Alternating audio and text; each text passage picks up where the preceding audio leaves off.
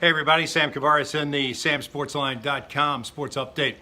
First of all, thanks for your patience for getting this up and running again. I wanted to make sure that the website was up and running, and it is. The new website looks great. Thanks to Ron and all the guys at K-Tech down there at Clearwater for all the work that they did on it, and not just with the look, but the feel of it as well. And it's just what we're looking for. You can find my written commentaries there, the stuff that's in the TU these days.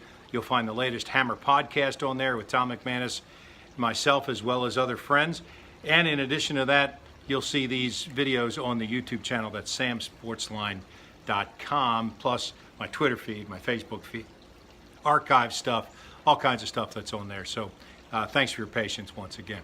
Anyway, this week, the Jaguars in the final week of camp, and they're headed to play Saturday against the Falcons. What are we looking for there? Obviously, the starters and what's going on the offensive line. Is Parnell solid there at that right tackle position? Will we finally see Andrew Norwell out there?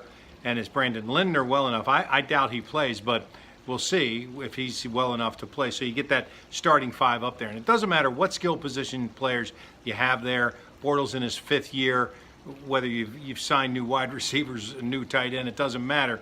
If the offensive line is not intact and operating the way that you expect it to be operating during the regular season, then you're not going to really know anything. So Tyler Shatley is certainly a guy who probably would start on some other teams, maybe the most valuable sixth offensive lineman that the Jaguars have at this point. So he may be in the game at center. Nonetheless, we do want to see Norwell and Parnell work together on that right side of the line to see what a difference that may make.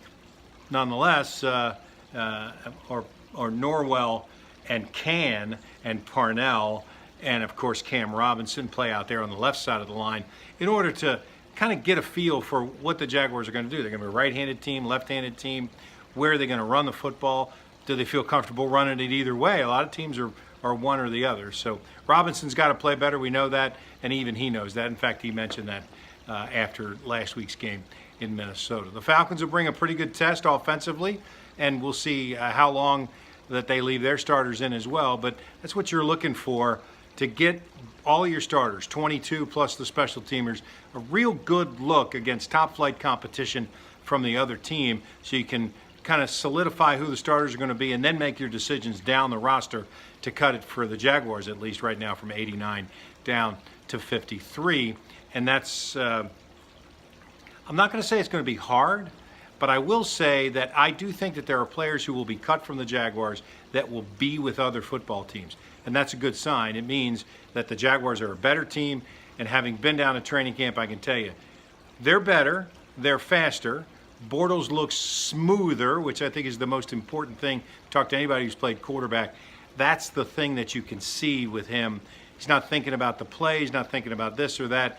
He's much smoother. He's more willing to take the check down. He's throwing, I mean, I know it sounds simple, and we've talked about this before. He and Nathaniel Hackett finally came up with a pretty good plan. If you drop back and that guy's open, throw it to him. You know, don't go through throw it to that guy. Throw it to the first guy you see who's open, and that's what Bortles is doing. So I think that's a real positive thing. A lot of other stuff going on. PGA Tour has their playoffs happening.